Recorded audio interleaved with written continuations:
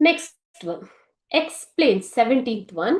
Explain the achievements of Raja Krishnaraja Wadeyar.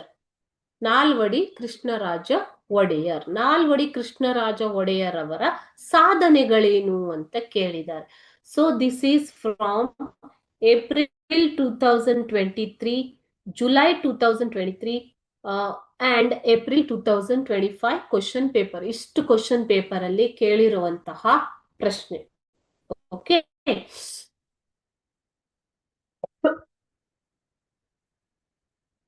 Answer ನೋಡೋಣ. Will see the answer ನಾವು.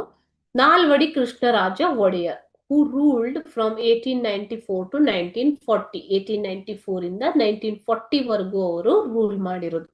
So ಅವರ ಸಾಧನೆಗಳು, ನಾಲ್ವಡಿ ಕೃಷ್ಣರಾಜ ಒಡೆಯರ್ ಅಂದ್ರೆ ಮೈಸೂರು ಸಂಸ್ಥಾನ ನಮ್ಮ ಕರ್ನಾಟಕಕ್ಕೆ ಬಹಳಷ್ಟು ಕೊಡುಗೆಗಳನ್ನ ನೀಡಿದ್ದಾರೆ. he has given a lot of he has made a lot of developments in the region of Karnataka or Mysore region. Okay, so we will see what are his contributions.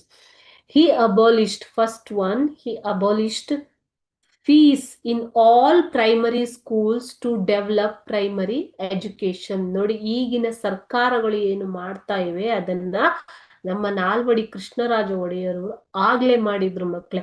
So whatever the governments are doing now has been already done by Nalvadi Krishnaraja Wodeyar during his tenure. This is nothing but free primary education. You can see now also, isn't it? So ಈಗಲೂ ಕೂಡ ನೀವು ಇದನ್ನು ನೋಡಬಹುದು. ಪ್ರಾಥಮಿಕ ಶಿಕ್ಷಣವನ್ನ ಸುಲಭವಾಗಿ ಅಥವಾ free ಆಗಿ ಶಿಕ್ಷಣ. he abolished fees. ಪ್ರಾಥಮಿಕ ಶಾಲೆಗಳಲ್ಲಿ ಇದ್ದಂತಹ ಫೀಸ್ ಅನ್ನ ಅವರು ಬ್ಯಾನ್ ಮಾಡಿದ್ರು, ಅಬಾಲಿಷ್ ಮಾಡಿದ್ರು, ರದ್ದುಗೊಳಿಸಿ ಶಿಕ್ಷಣವನ್ನ ಫ್ರೀ ಆಗಿ, ಅಥವಾ ಫ್ರೀ ಅಂತಂದ್ರೆ ಏನು, ಉಚಿತವಾಗಿ ಕೊಡಬೇಕು ಅಂತ ಮಾಡ್ತಾರೆ. ಯಾಕೆ ಮಾಡ್ತಾರೆ ಇದನ್ನ ಅಂತಂದ್ರೆ ಟು ಡೆವಲಪ್ ಪ್ರೈಮರಿ ಎಜುಕೇಶನ್. ಪ್ರತಿಯೊಬ್ಬ ಮಗುಗೂ ಶಿಕ್ಷಣ ಸಿಗ್ಬೇಕು ಅಥವಾ ಪ್ರಾಥಮಿಕ ಶಿಕ್ಷಣನ ಅಭಿವೃದ್ಧಿಗೊಳಿಸಬೇಕು ಅನ್ನೋ ದೃಷ್ಟಿಯಿಂದ ಅವರು ಫೀಸ್ ಅನ್ನ ಅಬಾಲಿಷ್ ಮಾಡ್ತಾರೆ. he banned the fees. Okay, this is the first important contribution of Nalvadi Krishnaraja Wadiyar. Next, achievement. This is nothing but achievement, isn't it? He helped girls education. Girls education, ಹೆಣ್ಣು ಮಕ್ಕಳ ಶಿಕ್ಷಣಕ್ಕೆ ತುಂಬಾ ಸಹಾಯವನ್ನ ಮಾಡ್ತಾರೆ. ಹೆಣ್ಣು ಮಗುವಿನ ಶಿಕ್ಷಣ. ಓಕೆ, ಸೊ ಈಗಲೂ ಕೂಡ ಗೌರ್ಮೆಂಟ್ಗಳು ಗರ್ಲ್ಸ್ ಎಜುಕೇಶನ್ ಅಥವಾ ಹೆಣ್ಣು ಮಕ್ಕಳ ಸ್ತ್ರೀ ಶಿಕ್ಷಣಕ್ಕೆ ತುಂಬಾ ಆದ್ಯತೆಯನ್ನ ಕೊಡ್ತಾ ಇದ್ದಾರೆ ಅಲ್ವಾ. ಸೊ ಇದನ್ನ ಮೊದ್ಲೇ ನಮ್ಮ ಕೃಷ್ಣರಾಜ ಒಡೆಯರ್, ನಾಲ್ವಡಿ ಕೃಷ್ಣರಾಜ ಒಡೆಯರ್ ಅವರು ಮಾಡಿದ್ದಾರೆ ಮಕ್ಕಳೇ. Next, third one, he started, see here what are his visions. You see, he started the University of Mysore and also started scholarship to the students continuing education in foreign countries. ಆಗ್ಲೇ ಅವರು ಏನ್ ಮಾಡಿದ್ರು, ವಿಶ್ವವಿದ್ಯಾನಿಲಯವನ್ನ ಮೈಸೂರಿನಲ್ಲಿ, ನೋಡ್ತಾ ಇದ್ದೀರಿ ಅಲ್ವಾ ನೀವು, ಮೈಸೂರು ವಿಶ್ವವಿದ್ಯಾನಿಲಯವನ್ನ ಸ್ಥಾಪನೆ ಮಾಡಿದ್ರು. ಯಾರು? ನಮ್ಮ ನಾಲ್ವಡಿ ಕೃಷ್ಣರಾಜ ಒಡೆಯರ್ ಅವರು. ಸೊ ಅದೇ ರೀತಿ ಸ್ಟೂಡೆಂಟ್ಸ್ಗೆ ಫಾರಿನ್ ಕಂಟ್ರಿ, ವಿದೇಶದಲ್ಲಿ ಶಿಕ್ಷಣ ಪಡಿಬೇಕು ಅಂತಿರುವಂತಹ ಮಕ್ಕಳಿಗೆ ಸ್ಕಾಲರ್ಶಿಪ್ ಸೌಲಭ್ಯವನ್ನ ಕೂಡ ಅವರು ಕೊಡ್ತಾರೆ.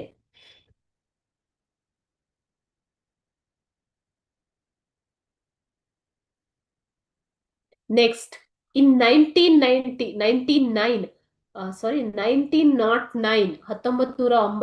the Indian Institute of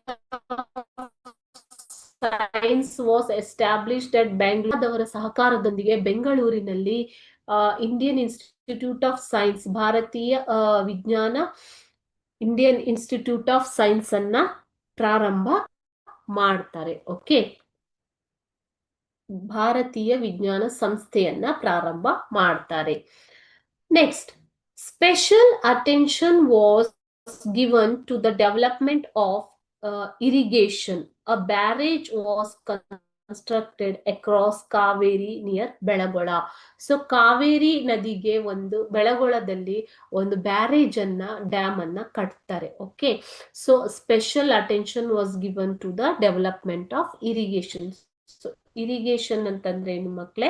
ನೀರಾವರಿಗೆ ಪ್ರಮುಖ ಆದ್ಯತೆಯನ್ನ ಅವರು ಕೊಡ್ತಾರೆ. ಯಾಕೆ ಅಂದ್ರೆ ನಮ್ದು ಕೃಷಿ ಪ್ರಧಾನವಾದಂತ ಪ್ರದೇಶ ಅಲ್ವಾ? ಸೊ ನೀರಾವರಿಯ ಪಾತ್ರ ಬಹುಮುಖ್ಯ. ನಮ್ಮ ಕೃಷಿಯಲ್ಲಿ ನೀರಿನ ಪಾತ್ರ ಬಹುಮುಖ್ಯ. ಸೊ ನೀರಿನ ಸಮಸ್ಯೆಯನ್ನು ಹೋಗಲಾಡಿಸುವುದಕ್ಕೋಸ್ಕರ ಅವರು ಬೆಳಗೊಳದಲ್ಲಿ ಕಾವೇರಿ ನದಿಗೆ ಒಂದು ಬ್ಯಾರೇಜ್ ಅನ್ನ ಕಟ್ಟಿಸ್ತಾರೆ. Okay, new railway lines were laid. So ಹೊಸ ರೈಲ್ವೆ ಮಾರ್ಗಗಳನ್ನ ಕೂಡ ಅವರು ಹಾಕಿ ಕೊಡ್ತಾರೆ. Legislative council was formed which was a great step in the legislative measures. So legislative council ಅನ್ನ ಅವರು ಕೂಡ ಪರಿಷತ್ತನ್ನ ಸ್ಥಾಪನೆ ಮಾಡ್ತಾರೆ.